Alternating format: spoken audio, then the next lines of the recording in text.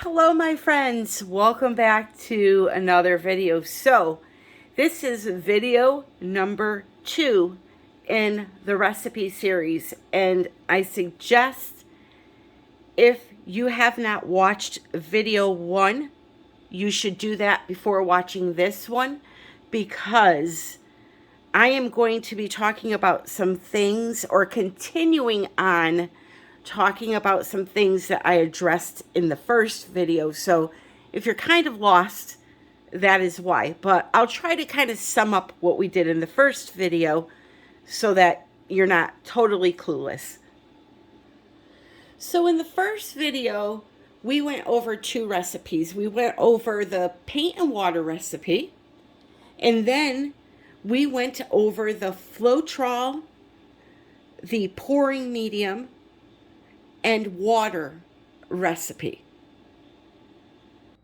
And I explained why somebody may want to use that combination. And what it boils down to is you are seeing people use different ingredients to get different effects. So if you're using something like Floetrol, American Floetrol, you're using that first to extend your paints to be able to make larger volumes of that color. And you're also using this to get some kind of cells or lacing in your painting, okay? If you're using something like a pouring medium, and it's a gloss pouring medium, you're using that pretty much for the same reason. If you're using it on your own, you're using it to extend your paints, and you're using it to get some special effects, such as cells and lacing. But when you're combining both together, they are interacting together and they are creating all kinds of magic, okay? Now, this here, because it is a gloss pouring medium, will leave your paints looking a little shiny when they're dry. If you use a matte pouring medium, they'll be more matte. And so we left off doing a ring / straight pour, okay? And in that last video, we covered doing that technique with paint and water, and with this combination here, these 2 ingredients and some water if needed. So now what I want to do is I want to show you what happens when you take these 2 products and combine in one other product. And that product is Satin Enamels. What happens when we take that paint that we made in the last video and just add a teaspoon of this into our white? So what you're going to see next is an 8-minute segment, and it's going to be of me creating this painting right here.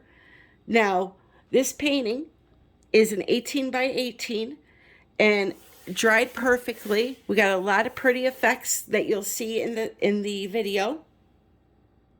And some of those effects that I got from adding just this would be something like these big puffy, cloudy looking tubular sections.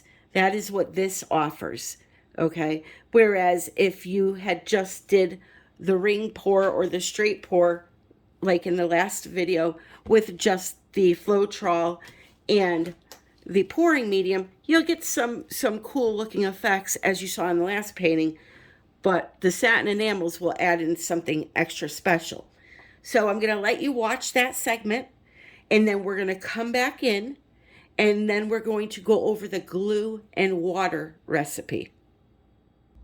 Again, I need to reiterate, the reason why people use what they use is because each product adds its own little special kick to your painting. So here we go. Oh, and I must say, this video I had recorded at the same time as the first video, so if I keep referring to, the painting we just did, that's what I'm talking about, video number 1. So, my white paint that is mixed with the Floetrol the pouring medium, and this had the tiniest couple of drops of water, if that, like a quarter of a teaspoon. So I won't even count that. All right, that's what's in that. What happens when you pour some of that into a cup, right? You pour some off into a cup and you add a little bit of satin enamels. What is going to happen? It's going to change the entire look of your painting. So if you see somebody doing a ring pour, but they tell you they're using it, that's why they're using it.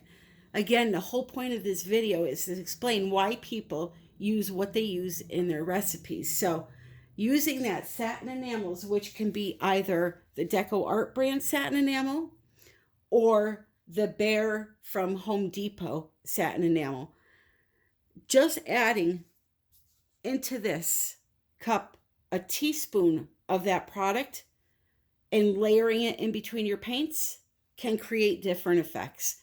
So that's what I'm going to do here. So when you see me adding white into my cup of paint that I'm going to prepare, it's actually going to be the satin enamels mixture.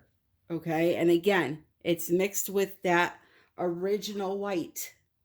So the same ingredients as all of my other colors, except for a teaspoon of satin enamels.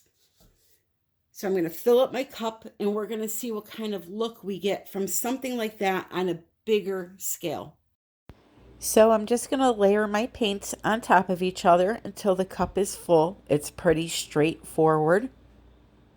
And I will put in, a couple of colors and then some white.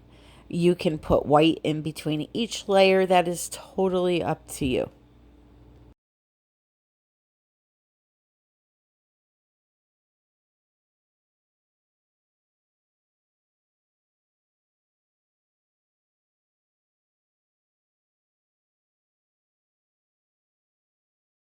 Whenever I do a ring pour, I like to pour just a small puddle of paint and then pour on top of that puddle. It helps keep the rings together when you're swirling around. Of course, when you're tilting, that takes some practice. It's just a learned technique that cannot be taught. You have to do it yourself. Just go slow with it. Now, for the sake of time, this is sped way up, but I am tilting extremely slow here. I don't know if I show you in real time just how slow I'm going because, again, these videos are more to teach you about how to use ingredients and what some of the outcomes can look like more than making a piece of art and teaching how to tilt and all that.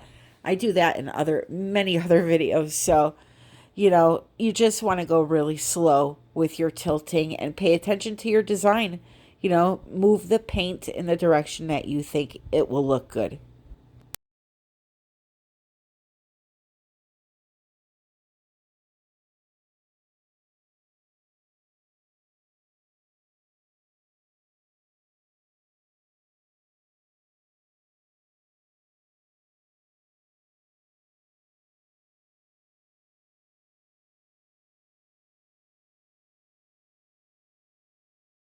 So this always happens to me when I am creating a piece of art, especially a ring pour.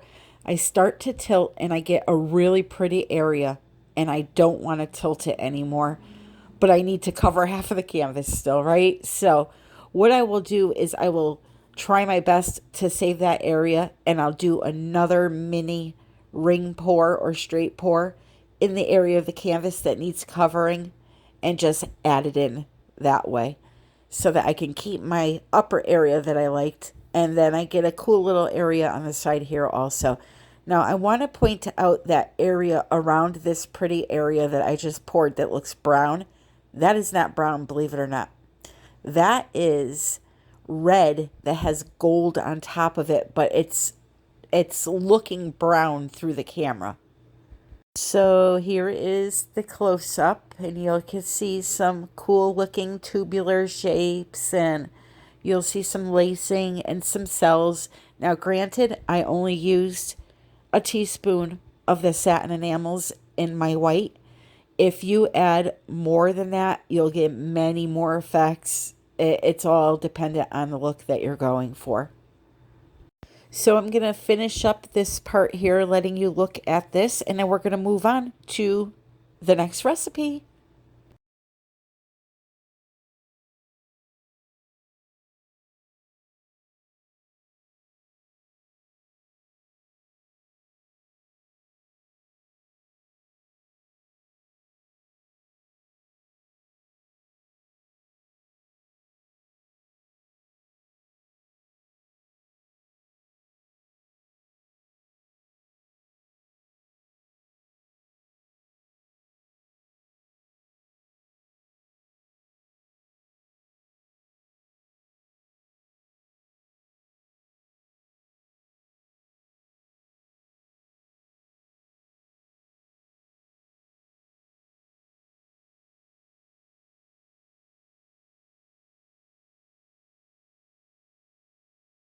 Okay, so you just saw that. You see how you can get some special effects by just adding in a little bit of the satin enamels. You don't have to do that, but if you're looking for that kind of a reaction, then that's what you want to use. Just so you know, I will be going over a satin enamels recipe to do like the pearl cells. This series is going to be extensive. I'm going to be going over that. I'm going to be going over how to use primary elements in these kinds of recipes. I'm going to be going over all of that. But right now what I'm doing is I'm starting at the beginner's level and working our way up. And just a little side note on that.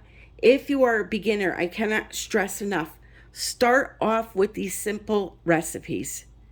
Once you get a little experience, then work your way up to recipes like the bloom recipe or doing techniques like the Dutch pour. Start off easy. Start off with flip cups like what we're going to do right now. Start off with, just straight pours or, just more simple, just to get a feel for the paints, okay? Just start off simple, and I promise if you work your way up that ladder, it'll be so rewarding. Speaking of ladders, at the end of this series, I am going to create a ladder with the techniques, with a starting point where you should start and work your way up. I may do it before the end of the series, but there will be a diagram for you to look at to kind of help you. So moving on to glue and water. Glue and water is where a lot of people start with acrylic pouring. Not water and paint, not Floetrol and paint. A lot of people start off with a glue and water recipe because it's very simple. You're basically using a 70%, 30% measurement with these two products. Now, school glue I would not use. It does not behave the same as Elmer's glue all. Personally, I like to use a PVA glue because it is archival. It is good for your paints. It protects them and all that. So I like the PVA glue. This is actually a bookbinding glue. I bought this at Blick. There is a Blick link in the description for all supplies, even the glue all. But I like to use that. But a lot of people will use the glue all, so that's what I'm going to use. So as I said, 70-30. So what a lot of people will do is literally take 30% of the glue out of this bottle, dump it into another bottle and put it away for later, and then fill it up, that 30% with water, shake it up, and you're literally done. You have your pouring medium right in your glue bottle. I, however, do not use a lot of glue and water for pouring, so I'm not going to do that. I'm not going to make that much, but I'm going to make enough in this cup for this video. So one reason people like to use glue and water is because it's inexpensive. That's another thing that factors into why you see people using what they use. It's financial reasons.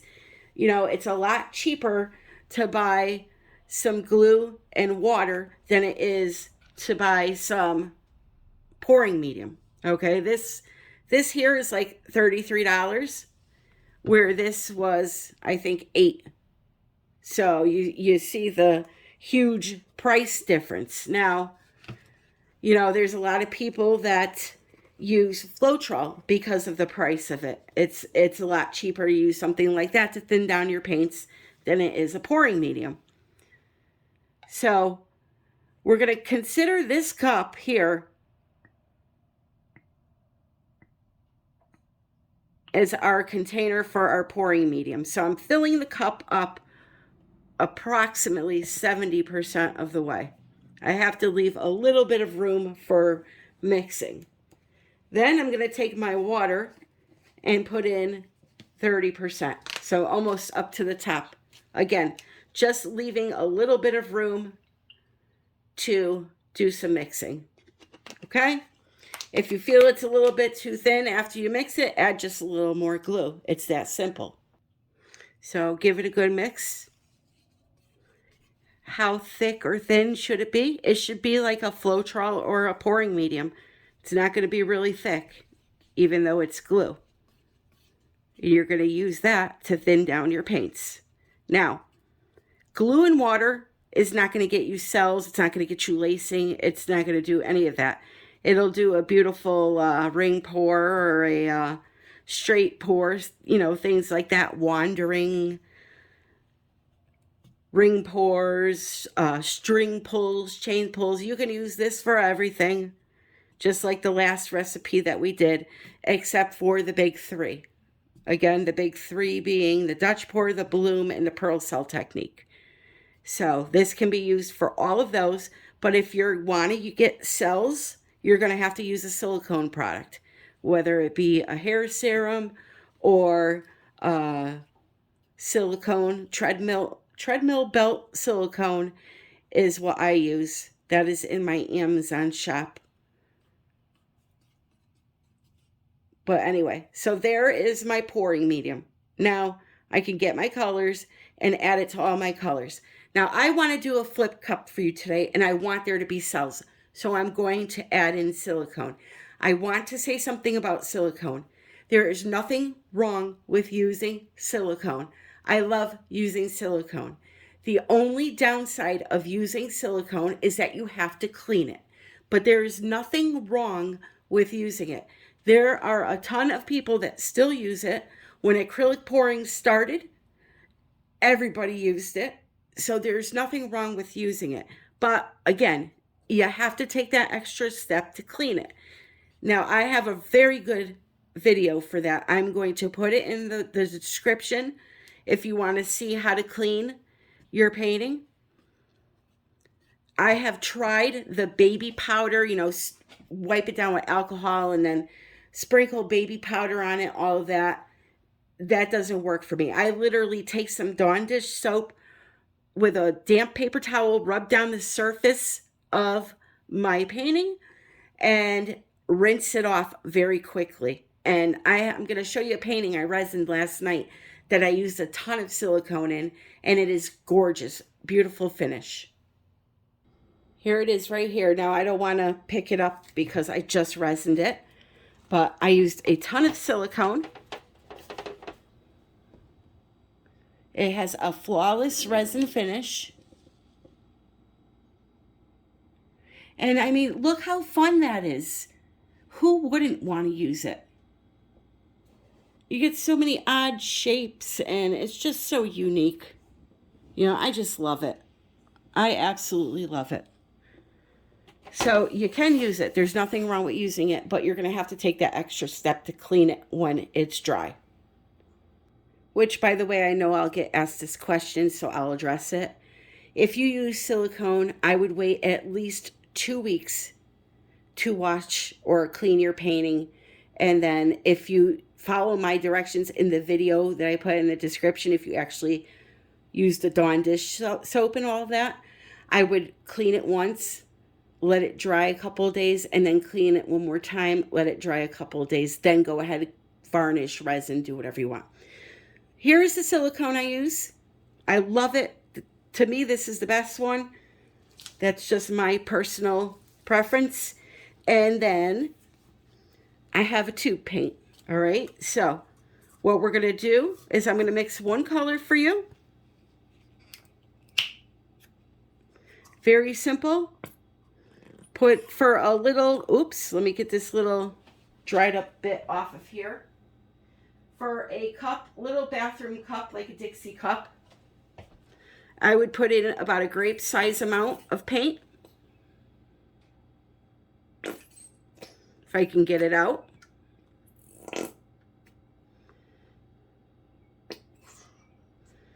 Yeah, a large grape. Okay. I would say that's about a teaspoon of paint.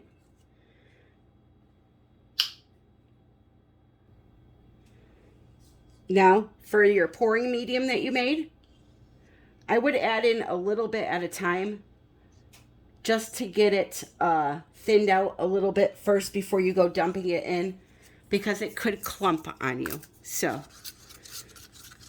I like to just break it down a little bit first.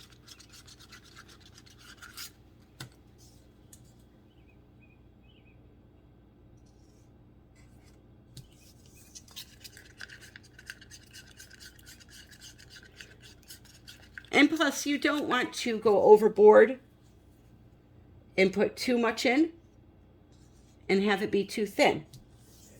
And I will show you the consistency.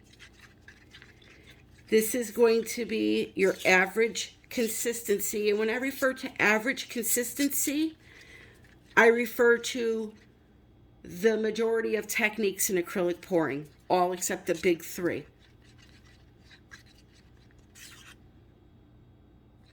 So this is a really good consistency right here. So I'll just put a little bit on a piece of paper to show you.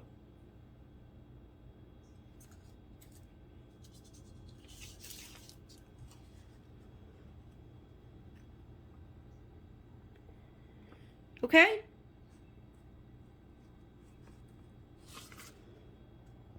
Now as for silicone, for a little bit like that, I would put in 1 drop.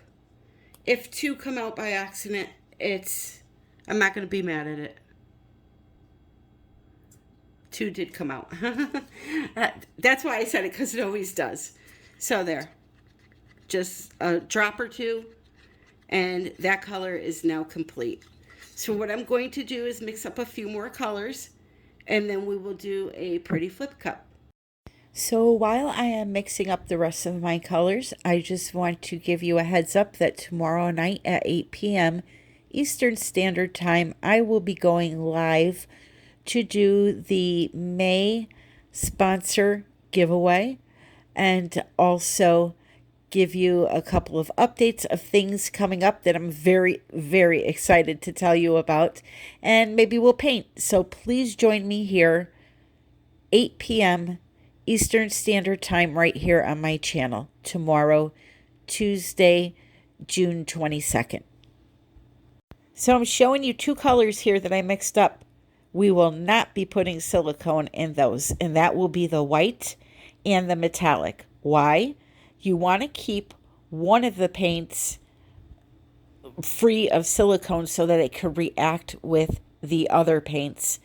And secondly, I do not like silicone in metallic colors. It does these funky, it spreads out the mica in the color, and I just don't like it. So that's my rule of thumb, but you can try it if you want to. Now I'm doing my drip test. You can notice that the green metallic is running much faster than the rest of my colors. So let me show you how I fix that. What I do is I'll get another cup with I'll squeeze a little bit of the metallic paint into that cup, or whichever color is thinner, I will squeeze into a cup a little bit more, about a grape size again, and I will take the thin color and slowly add it to the new cup of paint. Why am I not just adding it into the cup with the green already made? Because if I go and squeeze fresh paint from a tube into that pre-mixed paint, it's going to clump up on me. So now that I've done that, I'm going to test it against the one of the other colors that I know are fine, just to see if they look the same, which they did. And now it's time for me to fill up my cups for my flip cups. Now this you can do by just layering them. You could pour them in from high so that they sink down inside of each other. I do a mishmash of everything, as you can see here. So you're going to be pouring it out of the cup. So whatever way you want to do it, it will work. So it may not have been apparent, but all of my colors except for the white and the green metallic have 2 drops of silicone in them. Now to flip our cups. The first one's easy. You just hold it in your hand, put your canvas on top of the cup, and flip it over. The second one, not so easy. You have to get something sturdy to put on top of the cup. So I'm using my swipe tool by Tracy Reed Designs here. And I'm going to just slide it right off of that. Just when you flip the cup onto whatever you're using, make sure that you have some good pressure on it so that when you go to flip, it doesn't go flying everywhere. I apologize if you hear my ice machine in the background. So to do the flip cup, slide it forward a little bit. And I dropped the cup there, believe it or not. But slide it forward and pull it back. Do not lift the cup straight up off the canvas, or else the paint from the cup will drip into your design and ruin it. So as you see, forward, back, you could do some little swirls, use the lip of the cup to design your design. There's all kinds of things you can do. As for heating up the paint for the silicone to react and your cells to show up, you can use either a torch or a heat gun. For this case, I tell you, you can use a heat gun, believe it or not. You're not going to hold it over there long so that it burns the paint or dries up the paint or anything like that. Just quickly go over the surface with either or item, and your cells will appear like magic. And then again, it's on you to tilt it the right way to create a beautiful painting. I am notorious for just using too much paint all the time, but that paint that fell onto my plastic there, I will be swiping that and I will be letting it dry and using the skins. So this is going to conclude the glue and water recipe. You see it works beautiful. Again, you can use this recipe for any technique other than the pearl cell technique, the bloom technique, and I'm going to say the Dutch pour technique also. I've tried it. It just does not come out good. So be on the lookout for video number 3. That will be coming out this week along with some just regular art videos for those that don't want to learn. And to be notified of those video releases, just click the subscribe button and make sure that the notification bell to the right is set to the word all. So my friends, I want to thank you for joining me. I hope you are all well. Everything that you need as far as links to products, to Amazon, which by the way, all of you that have used my Amazon link for Prime Day, I cannot thank you enough. Thank you, thank you, thank you. And yeah, I guess that's it. All the social media is down there. Anything you need in the description. I won't rattle your ear off. I hope you are all well. I love you all, and happy pouring.